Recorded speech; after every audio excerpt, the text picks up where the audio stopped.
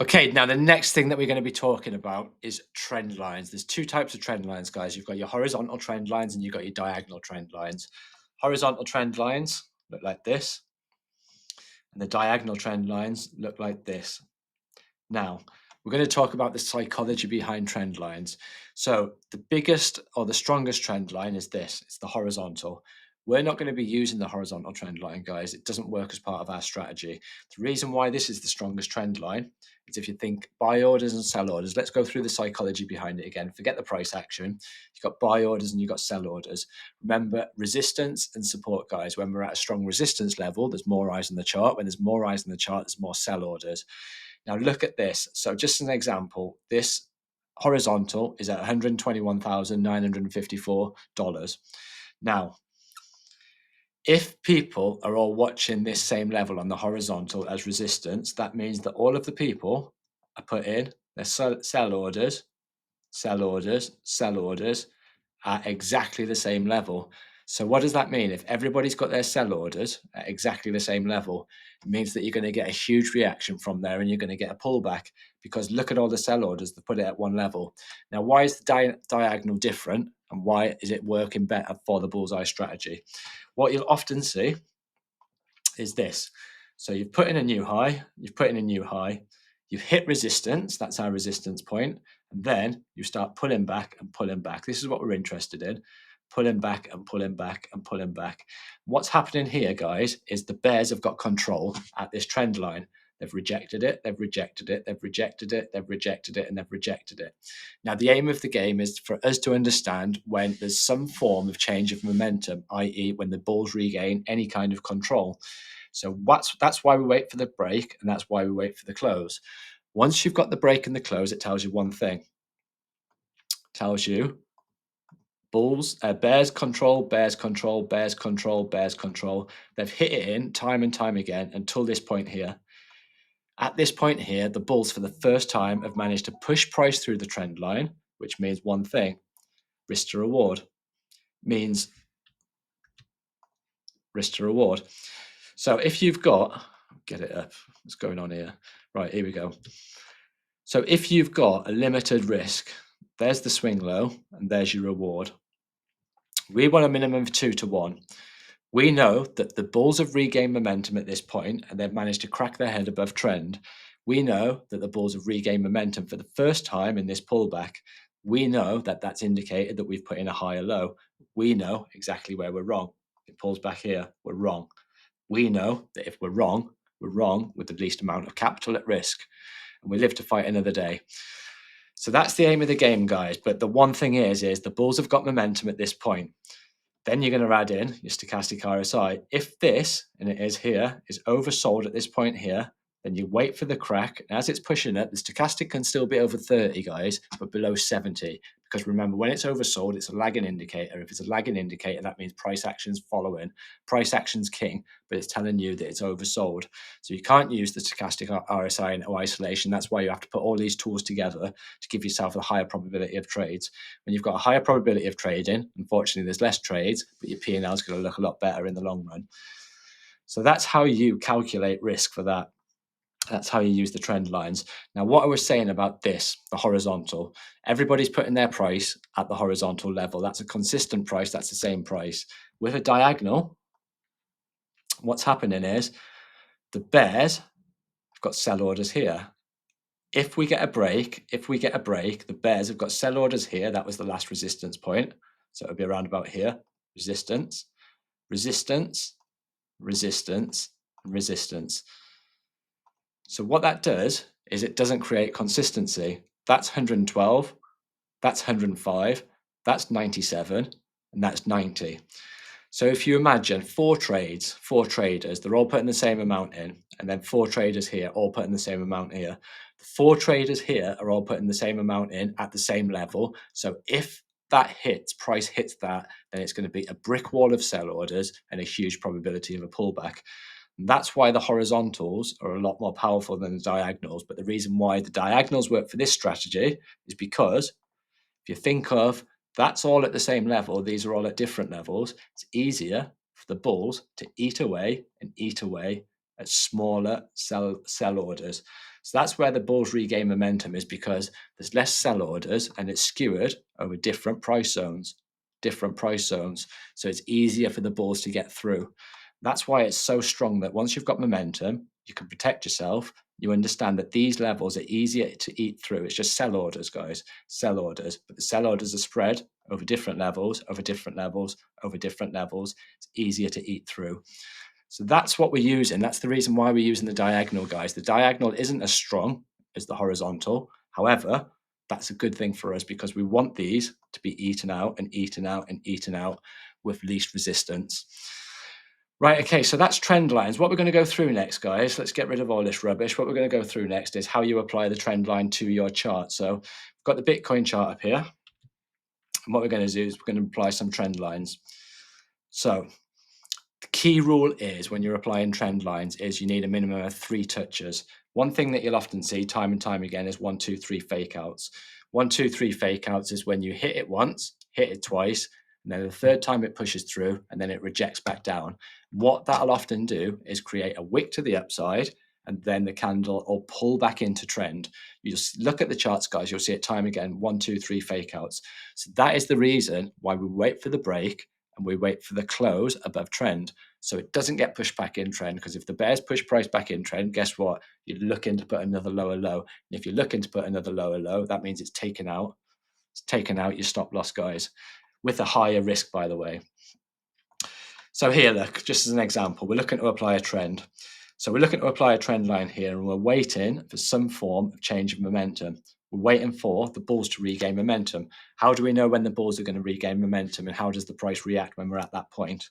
Just zoom in here. You're pulling back, and this is what I mean. Price is pulling back, coming back, it's pulling back, it's pulling back. It's testing, it's testing, it's testing. Look at this, guys. There's 1, there's 2. This is just a random one. Look at that. Just zoom in. 1, 2, 3 fake out, guys. The candle's pushed up through trend, and then the bears have pushed price back. Guess what happens? Come back down. You put in. It's a higher low in this instance, but a lower low from there. Then you crack trend, guys. Then you crack trend here. You crack trend here, and that completely gives bulls momentum. So the bulls have got momentum here, and you know that by this push to the upside. Now, if we'd have taken our strategy here, what would have happened? How could you have protected yourself even more?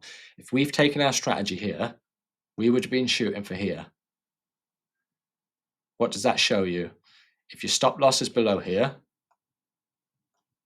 let's do this. Let's stick it on. If your stop loss is below here, and then you're shooting for up here, that's a 1.43 risk to reward. So you've got a 1.43 risk to reward. You've got a weakening trend. That's probably not a 618 retracement. In fact, it's definitely not a 618 retracement. So you can't take that trend, you can't take that trade, guys. But what does that mean? That means if you'd have took that trade, you would have lost, and you wouldn't have had enough risk to reward in the first place. So you've got all that at risk. There's your reward. It didn't test the previous swing high, so that trade would have lost. Then you went all the way down here. You would have got stopped out at this point down here, at this point down here, and that would have been a losing trade. But by having our rules in place, we know it would have been a higher probability trade if we had had a limited risk to reward. If the stochastic, let's have a look what the stochastic was doing. At this point here, guys, stochastic's pulled back, it's pulled back at this point. By the time we crack trend, it's overbought. It's overbought. So what's that signaling? You can't take it because of this. You can't take it because of the risk to reward. And what would have happened? It would have lost. So we're giving ourselves probabilities by taking these rules one after another and one after another and one after another. Unfortunately, guys, you have to kind of grow patience, because you probably are going to get to take 1 in 5 trades. But if you're analyzing a lot of trades and you're analyzing a lot of trades and you've got a lot of trades on your watch list, that's given you more options, guys. So if Bitcoin, for example, doesn't do it and doesn't come back and hit the 618, a lot of these altcoins, a lot of Bitcoin, a lot of the cryptos all run in sync. So if Bitcoin doesn't pull back and it hits the 382 and it continues, you can't take a trade. Look at Ethereum. Does Ethereum pull back to the 618? Does Ethereum break? Does Ethereum close? Can you have a minimum of 2 to 1 risk to reward? No. Move on to Solana. Does it pull back to 618? You can do it time and time again until you find the right one, guys. But one word of advice: don't do it on the new degen coins, and make sure that you do it on things that have got past data, because when it's got past data, guess what that does? Give you sticking points for support and resistance. When it hasn't got past data, people just don't understand where to put buy orders, where to put sell orders, where's support, where's resistance. And unfortunately, a lot of people are not watching the chart. So when not a lot of people are watching the chart on these degen ones, that means that there's no sticking points. That means analysis a lot of the time goes out the window.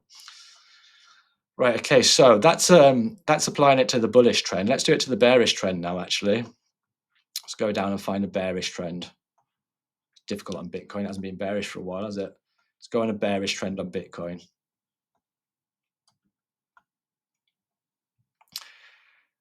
Right. Okay. So on a bearish trend, we're flipping this in reverse because we're putting in lower highs, lower lows, and we're coming in and putting in lower highs and lower lows. So this is how it differs on a bearish trend, guys. Where you're putting your trend line at the top on a bullish trend and you're waiting for it to crack through, you're doing the opposite on a bearish trend. So you're putting it on here. So on a bearish trend, you're putting on here. What you're waiting for when you're putting your Fibonacci on a bearish trend, just to make it transparent, let's get this up. What you're doing on a bearish trend is you're going from the swing high to the swing low. So on a bullish trend, you're going from the swing low to the swing high. On the bearish trend, you go from the swing high to the swing low. This is not going to be a 61.8, you can tell. That was more of a 38.2, just breached the 38.2 by the looks of it, and then a continuation to the downside. So you flip it in reverse, you're waiting for the fib. So this would have needed to come all the way up here, hit this 618. Stochastic would have needed to be overbought, and then you would have needed to break trend. So what I'm saying is, this is how you apply the trend line to the bearish one. You're doing it from the bottom side rather than the top side. You need a minimum of 2 touches, 1, 2, 3 touches. If that had hit the 618, if the stochastic was overbought, if we broke that trend to the downside, then we would have been shooting for this previous low if we had a minimum of 2 to 1 risk to reward. So that's trend lines, guys. That's the psychology behind trend lines. What we're going to do is we're going to do a few trades in the next one and put it into actual practice. And I'm going to drill home the if-then syntax and put the if-then syntax rule-based system on paper so you can write it down and you can follow it. And I want you to go to your chart and I want you to go, if this, then that, if this, then that, if this, then that. And I want you to write down, guys, how many times, if you did that, would you have taken a trade? Would it have been 1 out of 5? Would it have been 1 out of 4?